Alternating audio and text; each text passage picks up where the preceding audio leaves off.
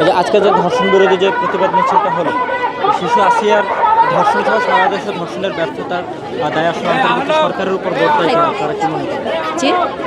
সারা দেশে যে ধর্ষণ বেড়ে চলেছে, এই ধর্ষণের যে কোনো প্রতিরোধ করতে পারছে না সরকার, এই প্রতিরোধের উদ্দেশ্যেই হচ্ছে আমাদের আজকের এই বিক্ষোভ মিছিল এবং হচ্ছে আমরা রাজু ভাস্কর্যে প্রত্যেকটা হল থেকে আমরা সবাই এসে উপস্থিত হয়েছি।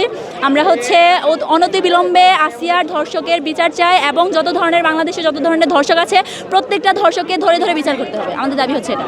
আপনারা স্বরাষ্ট্র উপদেষ্টার পদত্যাগ দাবি করেছেন, যদি বিচার করতে না পারে তাহলে আমরা স্বরাষ্ট্র উপদেষ্টার পদত্যাগ দাবি করেছি। এক্ষেত্রে ঊর্ধ্বতন কর্তৃপক্ষের কাছ থেকে আপনারা কোনো আশ্বাস বা কোনো কিছু এখনো পেয়েছেন? এখনও আমরা আমাদের মতামত আজকে জানিয়েছি, যেহেতু আজকে জানিয়েছি আমাদের খবর আশা করছি আপনাদের মাধ্যমে সবার কাছে পৌঁছে যাবে, তখন তাদের প্রতিক্রিয়া অনুযায়ী আমরা আমাদের ডিসিশন নিতে পারবো।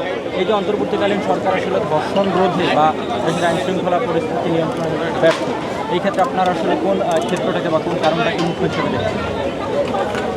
এই প্রশ্নটা আমি নিচ্ছি না। আপনারা আইন উপদেষ্টার বিরুদ্ধে স্লোগান দিয়েছেন, আইন উপদেষ্টার যে স্লোগান দিয়েছেন তার বিরুদ্ধে এই ব্যাপারে আপনাদের? বাংলাদেশে আইন আছে, ধর্ষকের সর্বোচ্চ শাস্তি হিসেবে মৃত্যুদণ্ড আছে, কিন্তু সেই মৃত্যুদণ্ড কার্যকর হিসেবে বাস্তবায়িত হচ্ছে না। আমরা চাই আইনের যথাযথ প্রয়োগ হোক, যারা ধর্ষক তাদের সর্বোচ্চ শাস্তি মৃত্যুদণ্ড হোক, এই অনুযায়ী শাস্তি আইনের প্রয়োগ আমরা চাই। বাংলাদেশে আইন আছে কিন্তু আইনের বাস্তবায়ন নাই, বাস্তবায়ন রূপ নাই, এই জন্য হচ্ছে আমরা আইনের বাস্তবায়িত রূপ চাই। স্বরাষ্ট্র উপদেষ্টা কিন্তু উপদেষ্টা হওয়ার আগে আইন শৃঙ্খলা ব্যবস্থা নিয়ন্ত্রণের অনেক কথা বলেছেন, কিন্তু তার দায়িত্বে থাকা অবস্থায় কিন্তু তার মন্ত্রণালয় আইন শৃঙ্খলা সেই নিয়ন্ত্রণ করতে পারছে না। এক্ষেত্রে আপনারা কোন ব্যর্থতাকে দায়ী বলে মনে করছেন? আমরা এখন আমাদের কোন ব্যর্থতা সেটা আমাদের কাছে মুখ্য বিষয় না। আমাদের কাছে মুখ্য বিষয় হচ্ছে আমাদের কাছে অলরেডি বাংলাদেশের নারীরা হেনস্থার শিকার হচ্ছে, ধর্ষণের শিকার হচ্ছে, আমাদের বিচার চাই এবং বিচারের প্রক্রিয়াটি একদম বিচারের আওতাধীন করতেই হবে, সেই সিস্টেমটি আমরা চাচ্ছি। এখন কোন প্রক্রিয়া এটার পেছনে ব্যর্থ, এটি হচ্ছে আমরা দেখব। একটা প্রশ্ন, আমরা পূজা নামে একটা মেয়েকে দেখেছিলাম যার ধর্ষককে আসলে সব প্রমাণ থাকা সত্ত্বেও তাকে যাবজ্জীবন কারাদণ্ড দেওয়া হয়েছিল এবং গত 2 দিন আগে দেখলাম তাকে মুক্তি দেওয়া হয়েছে। এটার বিষয়ে কি বলবেন?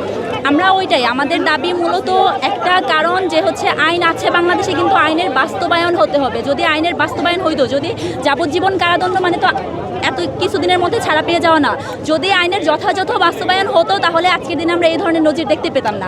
তাই আমরা চাই যে হচ্ছে ধর্ষকের সর্বোচ্চ বিচারগুলো হোক এবং যে ধরনের বিচারগুলো প্রক্রিয়াধীন থাকে সেই প্রক্রিয়াগুলো বিচারের আওতাধীন হোক এবং এগুলো যেন ছাড়া না পায়। না, ইভেন কি আপনারা দেখবেন যে পূজা নামে মেয়েটা যেটা কথা বললেন আপনারা, ওখানে বলা হচ্ছে কি সেটা হচ্ছে যাবজ্জীবন।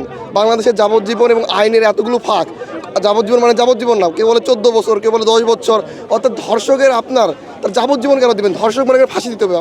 আমাদের আজকে এখান থেকে অ্যাকশন সরাসরি ফাঁসি দিতে হবে। এই ফাঁসি পারে ধর্ষণটা রোধ করতে, আমরা এটা মনে করি।